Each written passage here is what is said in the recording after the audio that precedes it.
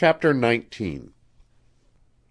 During the last few days in December, all trails for 10,000 miles around led to Post Fort O' God.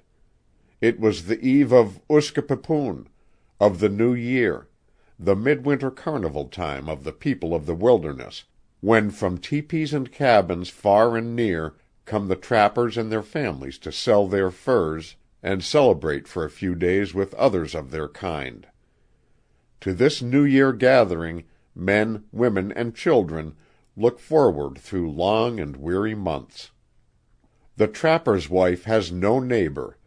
Her husband's line is a little kingdom inviolate, with no other human life within many miles of it. So for the women the Uskapipun is a time of rejoicing, for the children it is the big circus, and for the men a reward for the labor and hardship of catching their fur. During these few days old acquaintanceships are renewed and new ones are made. It is here that the news of the trackless wilderness is spread, the news of deaths, of marriages, and of births, of tragic happenings that bring horror and grief and tears, and of others that bring laughter and joy. For the first and last time in all the 7 months' winter, the people of the forests come to town. Indian, half-breed, blood, and white man join in the holiday without distinction of color or creed. This year there was to be a great caribou roast, a huge barbecue at Fort O' God, and by the time Henri Durant came within half a dozen miles of the post, the trails from north and south and east and west were beaten hard by the tracks of dogs and men. That year 100 sledges came in from the forests, and with them were 300 men and women and children and half 1,000 dogs. Durant was a day later than he had planned to be, but he had made good use of his time. For Miki, while still muzzled, now followed at the end of the babiche that was tied to Henri's sledge. In the afternoon of the 3rd day after leaving Nanette Le Beau's cabin, Durant turned off the main traveled trail until he came to the shack of André Ribon, who kept the factor and his people at the post supplied with fresh meat. André, who was becoming over-anxious at Durant's delay, was still waiting when his friend came.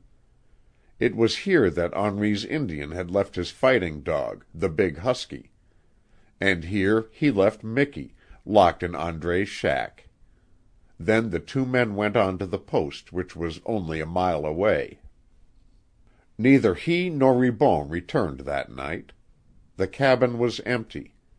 And with the beginning of dusk Miki began to hear weird and strange sounds, which grew louder as darkness settled deeper. It was the sound of the carnival at the post, the distant tumult of human voice mingled with the howling of 100 dogs. He had never heard anything like it before, and for a long time he listened without moving. Then he stood up like a man before the window, with his forepaws resting against the heavy sash. Ribon's cabin was at the crest of a knoll that overlooked the frozen lake, and far off, over the tops of the scrub timber that fringed the edge of it, Miki saw the red glow in the sky made by a score of great camp fires. He whined, and dropped on his 4 feet again. It was a long wait between that and another day. But the cabin was more comfortable than Le Beau's prison cage had been. All through the night his restless slumber was filled with visions of Nanette and the baby. Durant and Ribon did not return until nearly noon the next day. They brought with them fresh meat, of which Miki ate ravenously, for he was hungry. In an unresponsive way he tolerated the advances of these 2. A second night he was left alone in the cabin. When Durant and Ribon came back again in the early dawn, they brought with them a cage 4 feet square made of small birch saplings. The open door of this cage they drew close to the door of the cabin, and by means of a chunk of fresh meat Mickey was induced to enter through it. Instantly the trap fell, and he was a prisoner. The cage was already fastened on a wide toboggan, and scarcely was the sun up when Mickey was on his way to Fort o' God. This was the big day at the carnival, the day of the caribou roast and the fight. For many minutes before they came in sight of Fort o' God, Mickey heard the growling sound. It amazed him, and he stood up on his feet in his cage, rigid and alert, utterly unconscious of the men who were pulling him. He was looking ahead of them, and Durant chuckled exultantly as they heard him growl and his teeth click. "Oui, he will fight. He would fight now," he chuckled. They were following the shore of a lake. Suddenly they came around the end of a point, and all of Fort o' God lay on the rising shelf of the shore ahead of them. The growl died in Micky's throat. His teeth shut with a last click. For an instant his heart seemed to grow dead and still. Until this moment his world had held only half a dozen human beings. Now, so suddenly that he had no flash of warning, he saw 100 of them, 200, 300. At sight of Durant and the cage, a swarm of them began running down to the shore. And everywhere there were wolves, so many of them that his senses grew dazed as he stared. His cage was the center of a clamoring, gesticulating horde of men and boys as it was dragged up the slope. Women began joining the crowd, many of them with small children in their arms. Then his journey came to an end. He was close to another cage, and in that cage was a beast like himself.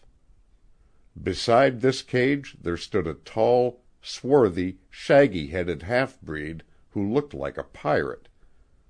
The man was Grouse Piet, Durant's rival. A contemptuous leer was on his thick-lipped face as he looked at Mickey.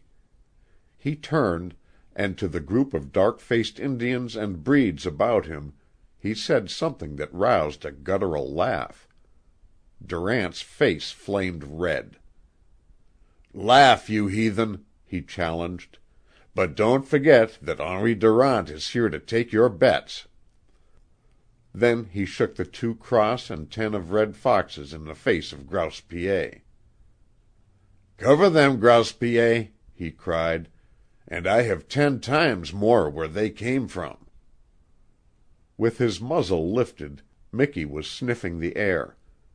It was filled with strange scents, heavy with the odors of men, of dogs, and of the 5 huge caribou roasting on their spits 15 feet over the big fires that were built under them. For 10 hours those caribou would roast, turning slowly on spits as thick as a man's leg. The fight was to come before the feast. For an hour the clatter and tumult of voices hovered about the 2 cages. Men appraised the fighters and made their bets, and Grouse Piet and Henri Durant made their throats hoarse, flinging banter and contempt at each other. At the end of the hour the crowd began to thin out. In the place of men and women, 100 dark-visaged little children crowded about the cages. It was not until then that Mickey caught glimpses of the hordes of beasts fastened in 1s and 2s and groups in the edge of the clearing. His nostrils had at last caught the distinction. They were not wolves. They were like himself. It was a long time before his eyes rested steadily on the wolf dog in the other cage. He went to the edge of his bars and sniffed. The wolf dog thrust his gaunt muzzle toward him. He made Mickey think of the huge wolf he had fought one day on the edge of the cliff, and instinctively he showed his fangs, and snarled. The wolf dog snarled back. Henri Durant rubbed his hands exultantly, and Grouse Piet laughed softly. "Oui, they will fight," said Henri again. "Ze wolf he will fight, oui," said Grouse Piet. But your dog, monsieur, he will be very sick like a puppy when ze fight come." A little later Miki saw a white man standing close to his cage. It was MacDonald, the Scotch factor. He gazed at Miki and the wolf dog with troubled eyes. 10 minutes later, in the little room which he had made his office, he was saying to a younger man: "I'd like to stop it, but I can't. They wouldn't stand for it. It would lose us half a season's catch of fur. There's been a fight like this at Fort O' God for the last 50 years, and I don't suppose, after all, that it's any worse than one of the prize fights down there. Only, in this case—" "They kill," said the younger man. "Yes, that's it. Usually one of the dog dies." The younger man knocked the ash out of his pipe. "I love dogs," he said simply. "There'll never be a fight at my post, Mac, unless it's between men. And I'm not going to see this fight, because I'm afraid I'd kill someone if I did." Chapter 19